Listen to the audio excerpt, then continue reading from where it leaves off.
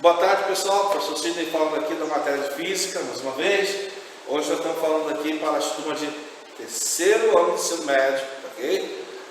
Do CEP 130. Hoje, em particular, segunda-feira, dia 31, eu estou no CEP 130 dando aula para a turma 3006. Nós temos gente em sala de aula, por isso que hoje estou com a máscara aqui, tá? Para a gente poder, para a gente seguir as regras de prevenção dessa pandemia maluca que não passa nunca, né? Uma hora vai passar, por enquanto não passa de maluca mais, tá bom? Então, na última aula nós falamos sobre a questão da corrente elétrica, explicando qual era a sua intensidade, o que era a sua constituição, e falamos aí das unidades de medida, e tiramos também para explicar da onde vem a eletricidade. Então hoje vamos seguir pelo material do Aplix, tá? Vamos entrar no capítulo número 2, para a gente poder falar um pouco da questão de um dos efeitos da corrente elétrica, que é provocar o aquecimento do material por onde ela passa, tá? Esse efeito foi descoberto por James Prescott Joule e foi estudado matematicamente por Georg Simon Ohm. Então vamos falar um pouquinho desses dois caras aí também e dos resultados que eles encontraram, tá? Então, bora para lá.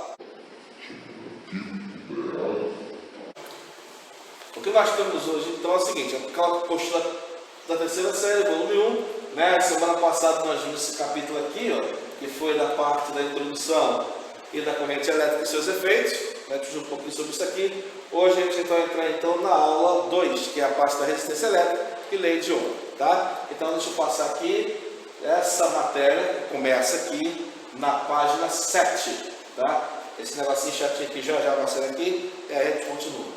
Beleza. Então, isso acontece de um dos efeitos da corrente elétrica, às vezes ser nocivo e às vezes ser proveitoso, que é quando ela provoca o aquecimento do material por onde o fio por onde a corrente elétrica passa, no caso o fio, né? Então, o primeiro a descobrir isso foi o cientista inglês James Prescott Joule, o meu que está aqui, e por isso o nome do negócio chama-se efeito Joule. Então a eletricidade passa e o que acontece? O que acontece é que o material se aquece. Agora, por que se aquece? Deixa eu botar aqui o slidezinho para a gente poder ver o que acontece exatamente quando a corrente elétrica passa. Essa representação aqui dá uma boa explicação para a gente entender o que acontece no aquecimento. Nós temos aqui a corrente elétrica formada por elétrons que passam por entre os átomos do material e prótons também, núcleos, atômicos e tal. Tá vendo? Às vezes o fio é mais fino, às vezes o fio é mais largo, ok? Mas independente disso, os elétrons têm que passar entre os átomos do material. E algumas vezes acontecem colisões desses elétrons com esses átomos. Eles porram mesmo, batem mesmo, tá? E cada vez que isso bate, gera uma quantidade de calor. Se fosse um ou dois elétrons batendo, não gera uma quantidade de calor. Mas não são um ou dois. Deve ser 1 ou 2 trilhões a cada segundo. Então aí a quantidade de calor, com o passar do tempo, passa a ser perceptível, tá? E acaba que isso é uma coisa que não dá para evitar praticamente, né? Mesmo com a tecnologia que nós temos. Existem substâncias hoje que conseguem fazer a corrente elétrica passar sem provocar aquecimento. São chamados supercondutores. Mas esses materiais têm aplicações muito específicas e para eles serem usados, a temperatura tem que estar em valor muito baixo. Então a gente não tem condição de usar supercondutores nos fios da rua, por exemplo. Tá? Nem vai ter condição. Tá?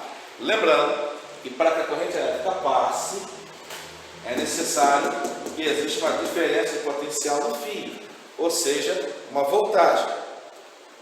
Isso a gente falou na semana passada. Tá? Uma diferença de potencial elétrico é conseguida de maneiras várias.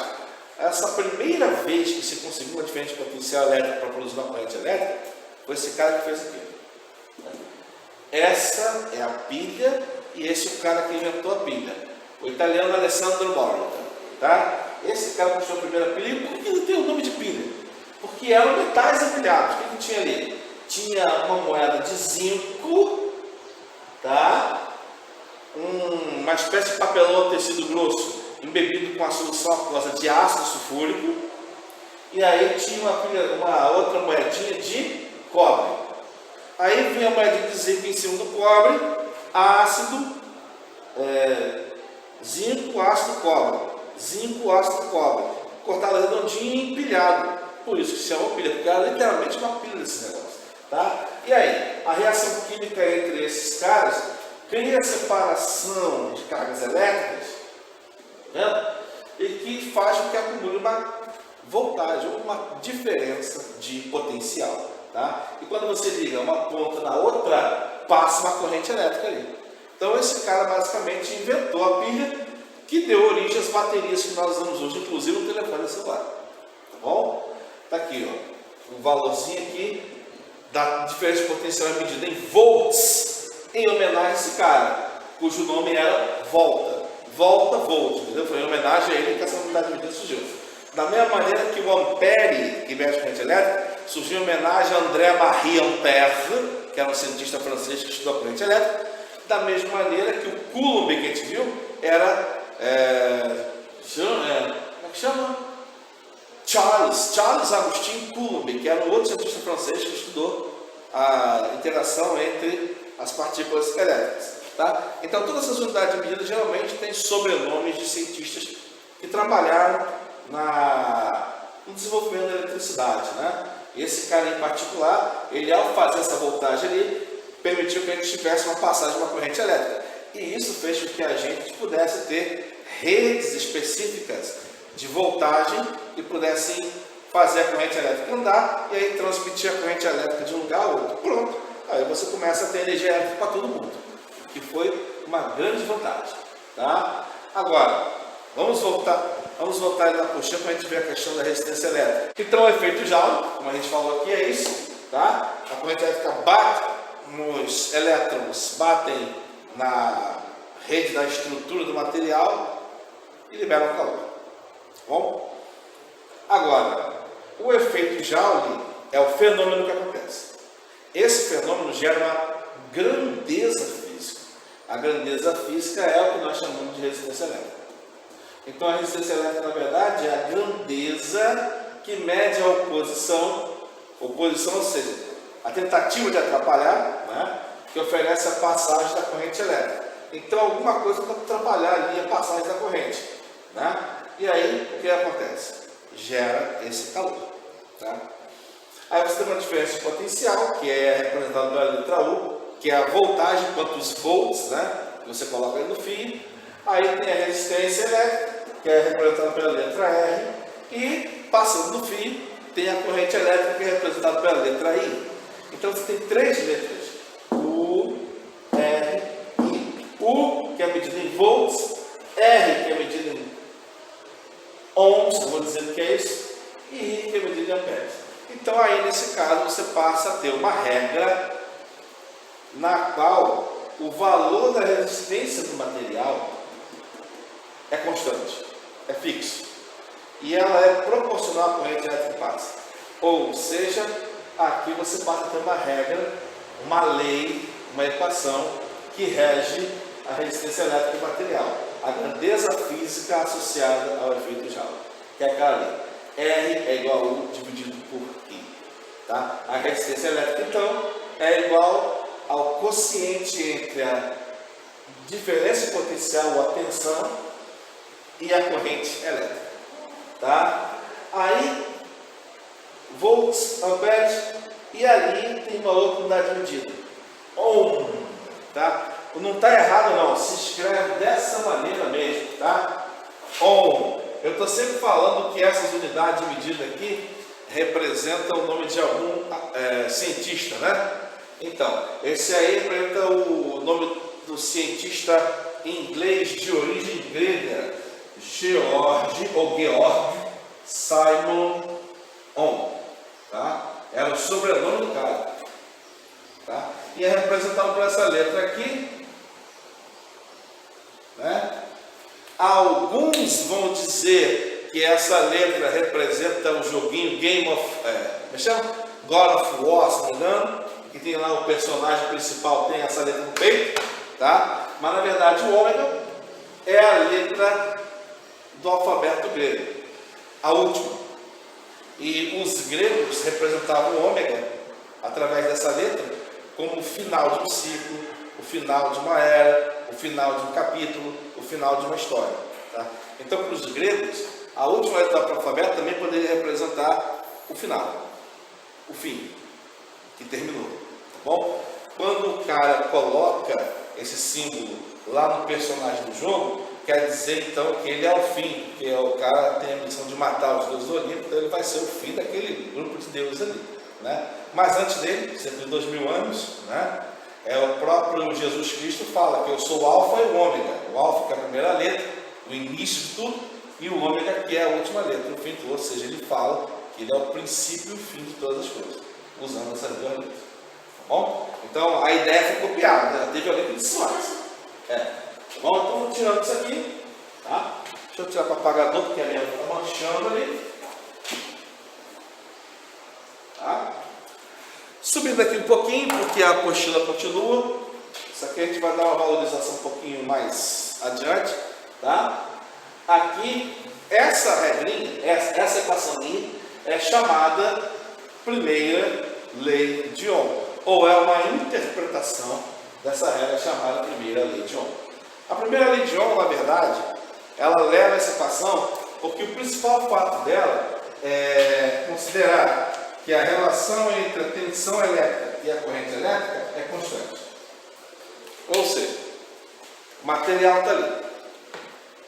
Aí você tem um botãozinho aqui que você vai controlar a voltagem. Tá? 5 volts, 10 volts, 15 volts. E aqui tem o fio. Né? O cara fala o seguinte: à medida que você aumenta a voltagem, 5, 10, 15, a corrente elétrica vai aumentando juntinho. Então, quando você dobrou aqui, dobra a corrente elétrica. Você triplicou a voltagem, triplica a corrente elétrica. Se você então dividir o valor da corrente pelo valor da tensão, você vai achar um valor que é constante. Tá? É isso que diz a primeira lei de Ohm. Dividindo a tensão elétrica pela corrente elétrica, o valor é fixo para o mesmo sistema, para o mesmo objeto, para o mesmo circuito. Tá? E que valor é esse? Esse é o valor da resistência elétrica.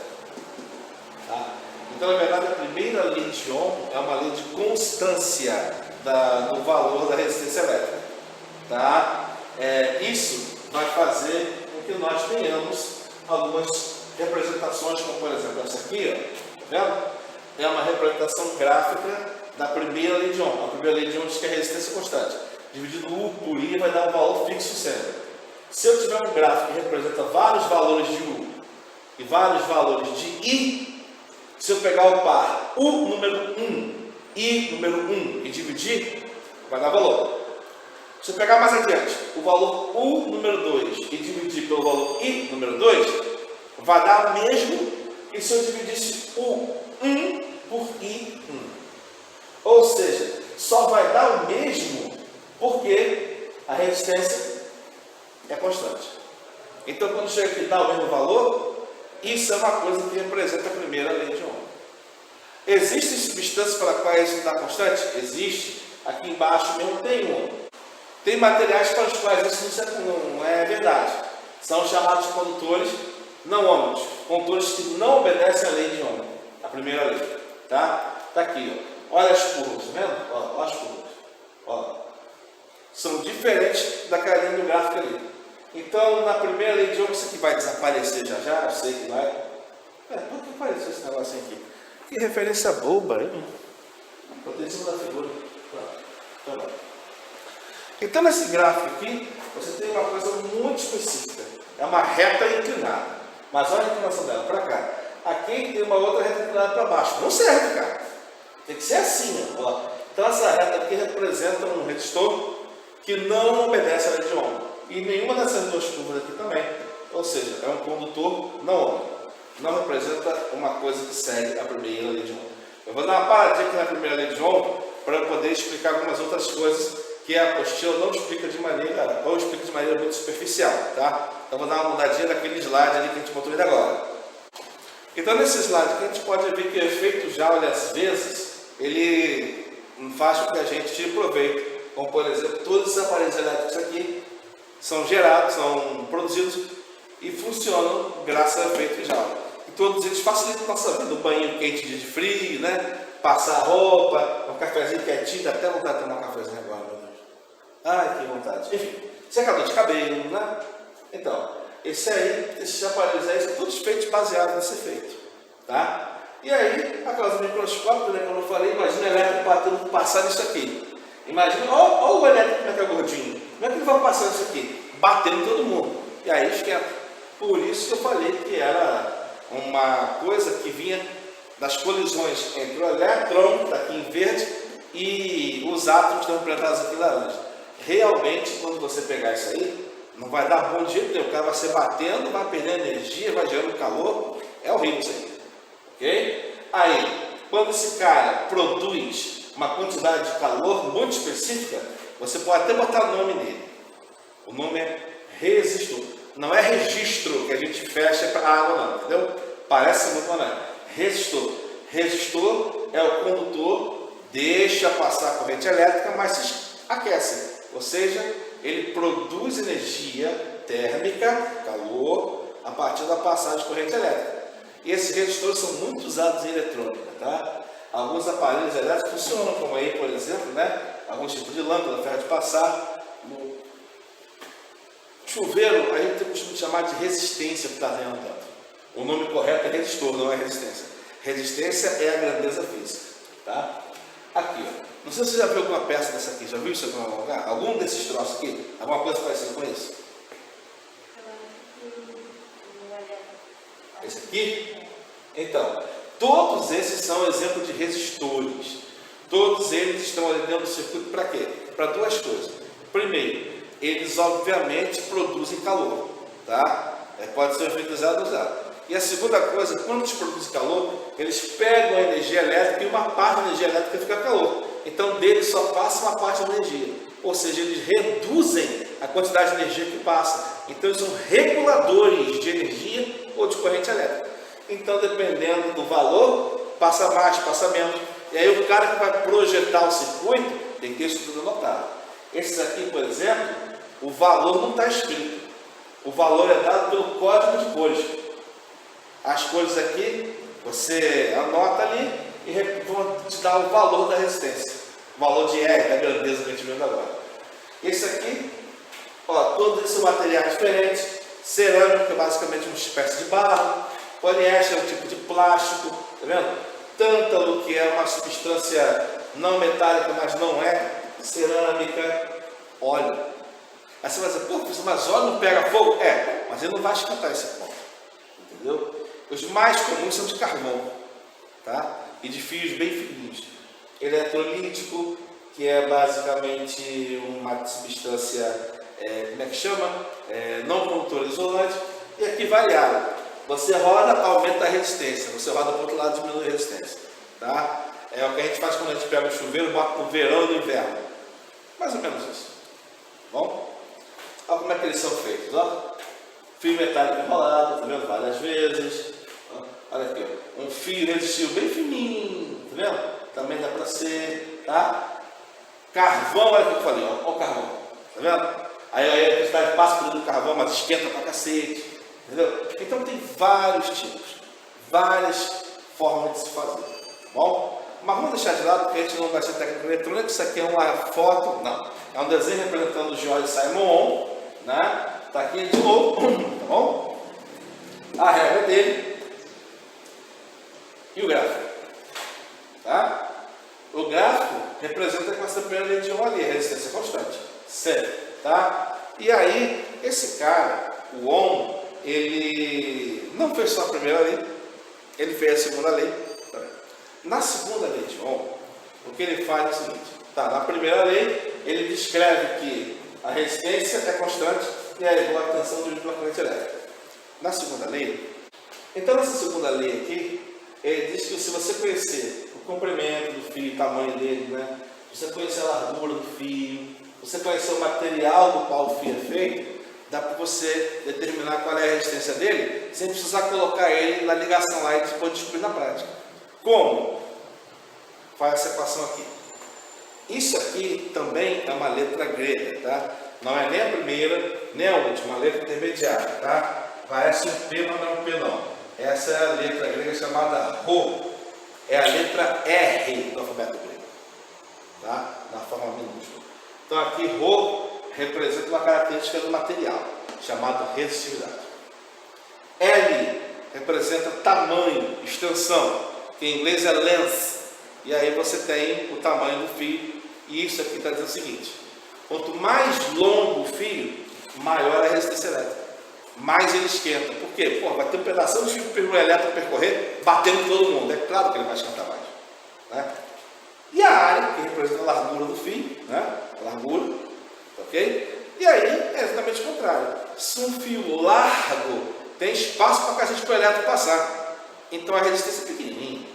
Mas se o fio for fininho, o espaço para passar, ó, então a resistência é grande, tá? Então, quanto maior o comprimento e menor a largura, maior a resistência que o fio tem. É basicamente isso que diz a segunda lei de Ohm. E aqui, deixa eu apagar o Rho aqui, que eu já falei o que isso significa, né? Deixa eu passar aqui então para o próximo slide, que diz respeito aqui a uma representação mais específica, tá?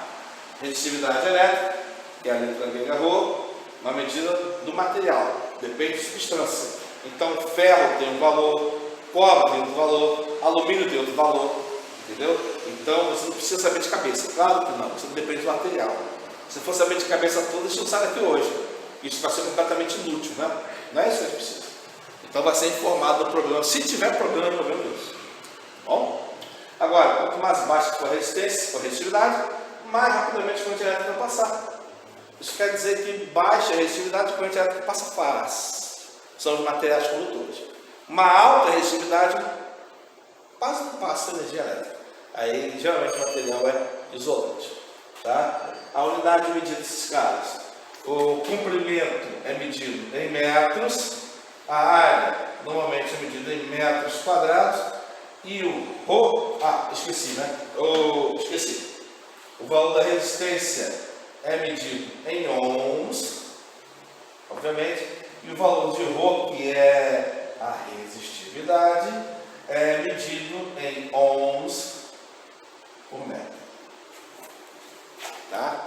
Ohms metro. Ok? Só para dizer quais são as unidades de medida desses caras. Na apostila de vocês, também fala a segunda lei de Ohm. Aqui foi para a apostila que a gente parou, a segunda lei de Ohm começa ali, ó. Aqui. Tá vendo? Então também fala ali, a resistência do condutor é diretamente proporcional ao comprimento, ou seja, quanto maior o comprimento, maior a resistência, certo? É inversamente proporcional à área, quanto maior a área, menor a resistência. Está lá a mesma formulazinha que a gente falou, Rho multiplicado por L dividido por A. Então aqui está uma figura representada na página 9 da apostila, se não me engano, né? Representando o fio, né? O comprimento dele.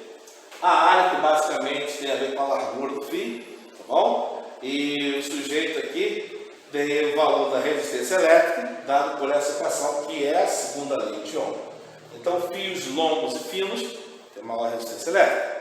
Fios largos e não tão longos têm menor resistência elétrica. Além disso, existem materiais que têm maior resistência elétrica e outros têm menor resistência elétrica. O metal que tem menor resistência elétrica é o ouro, tá? Mas fica um pouco difícil colocar fio de ouro nos postes, né? O de cobre o nego já rouba, imagina. Tá? Aí tem a resistividade, que depende do material, como a gente tinha falado, né? Aqui tem até uma equação, não sei que depende da temperatura. Essa equação é uma forma de você entender que a resistência elétrica às vezes muda de acordo com a temperatura. Mas não vai ser a ênfase do nosso estudo não, tá? A ênfase do nosso estudo é basicamente em cima da primeira lei de Ohm, que é a equação mais importante dessa parte da matéria, da interpretação gráfica da primeira lei de Ohm e da interpretação da equação da segunda lei de Ohm, que é aquela lei, tá? Basicamente nós temos esses pontos como os mais importantes dentro dessa matéria, ok? Aqui na aula seguinte, na aula 4, começa com a diferença de potencial elétrico, que é uma grandeza que a gente tinha que ter falado, que eu falei antes e que a apostila vai tratar só depois, tá? Mas assim, por que ela vai tratar só depois? Porque ela vai falar de energia elétrica, tá? Então, na próxima aula, a gente fala do tema da energia elétrica. Tá? A gente vai dar uma paradinha nessa parte da segunda lei de Ohm, para a gente poder encerrar o assunto por hoje. E na próxima aula a gente explica esse assunto, que é a da energia e do potencial elétrico. Tá bom? Então, ficando por aqui, pessoal. Uma boa tarde para vocês. E a gente se vê em alguma semana dessa. Ah, peraí, né? Deixa eu tirar a tela aqui para cumprimentar vocês, para vocês poderem me ver.